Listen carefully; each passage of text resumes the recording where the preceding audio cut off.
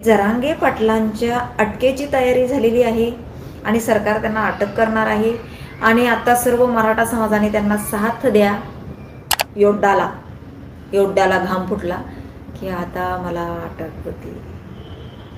जे असं हा म्हणतोय ना, मला अटक करून दाखवा, पराठी फुटते ना, पराठी कापूस फुटतो ना, तसे लोक बघा सारे रस्त्यावर दिसते. कोण तू?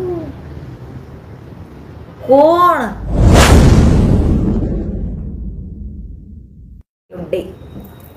योद्धा. आता त्यांचे कार्यकर्ते असे म्हणतायत, त्यांची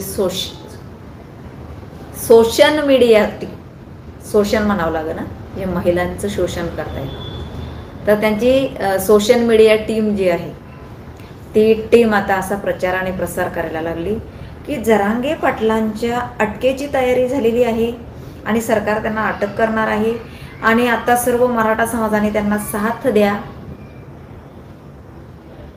आता खरं तर हे झाली तयारी नाही हे तर काही माहिती नाही, परंतु कदाचित असं मी एक कोणतरी आहे बाबा त्याचा कार्यकर्ता, त्याचं मला कोणीतरी क्लिप पाठवली ती छोटीशी, की कारण मी काही कोणाच्या क्लिप बघत नाही, मग मला जे मुद्दे असतात मी पाठवणाऱ्यांना सांगत असते की बाबा मला तेवढा मुद्दाच पाठवत जा तुम्ही, मला इंटरेस्ट नाही आहे त्या लोकांच्या कुठल्याही क्लिप बघायला.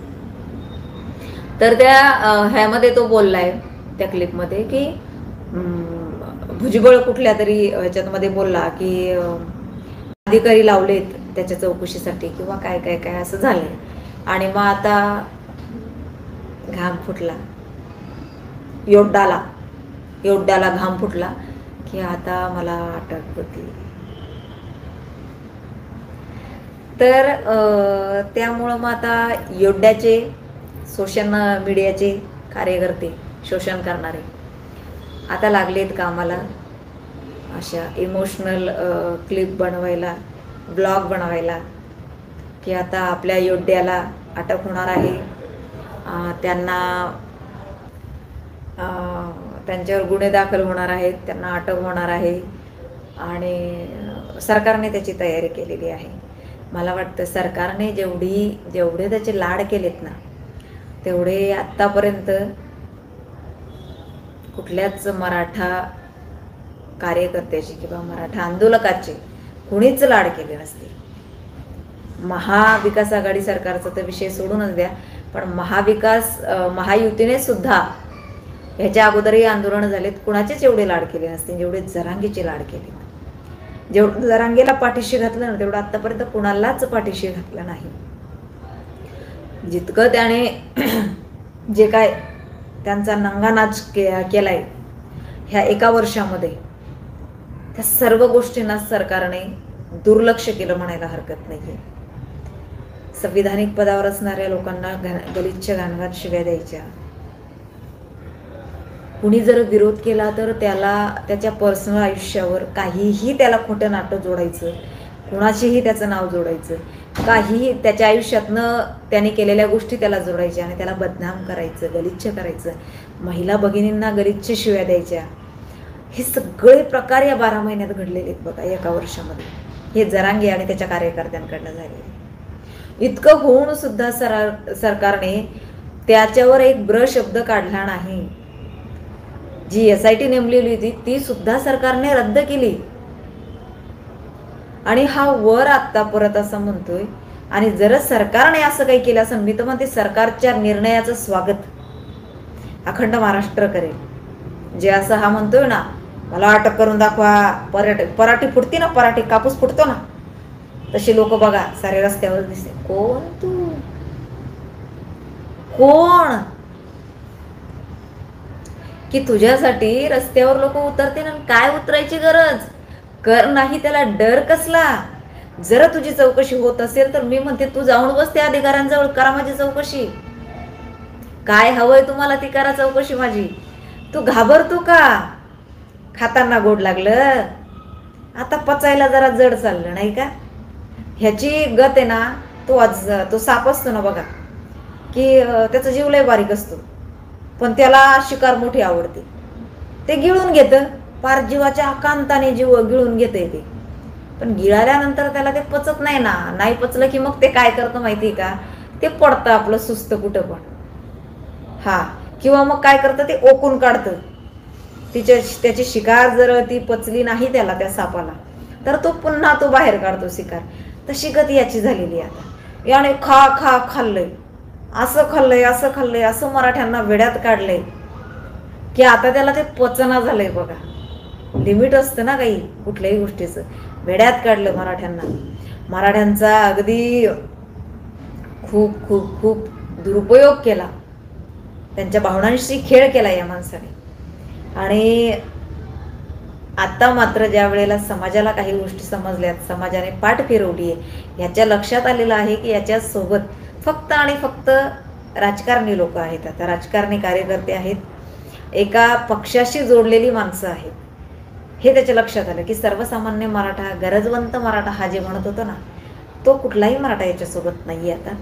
आणि मग आता याला सुचत नाही आता मी काय करू, आता मी करू काय, की जे कोणी याच्या विरोधात मध्ये बोलतं किंवा उभं राहतं त्या प्रत्येक व्यक्तीला याने गलिच्छ भाषेमध्ये संबोधलं, गलिच्छ भाषेमध्ये बोलला. महिला असेल, म्हणजे स्त्री असेल, पुरुष असेल, संविधानिक पदावरचा माणूस असेल, प्रत्येकाला, संविधानिक पदावरचा व्यक्ती असेल, प्रत्येकाला याने फार गलिच्छ भाषेत बोलला. म्हणजे हा गलिच्छ बोललेला चालतो, याला बोललं की अरे बापरे तुम्ही तलवारीने तोडायची भाषा करता. वा, म्हणजे संविधानामध्ये मी वारंवार संविधानाचा उल्लेख करत असते, कारण संविधानाने न्याय हा सगळ्यांना समान दिलेला आहे.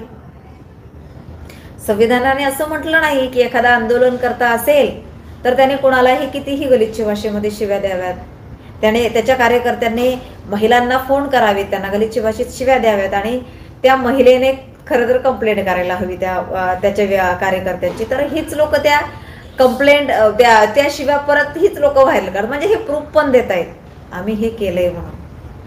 म्हणजे काय तर संविधानाची पायमल्ली लावली यांनी. हे संविधानाला मानतच नाहीत ही लोक. परंतु किती दिवस चालणार हा नंगानाच? एक ना एक दिवस. काय माहिती का, कुठल्याही गोष्टीचा अंत व्हायला काळ आणि वेळ महत्वाची असते.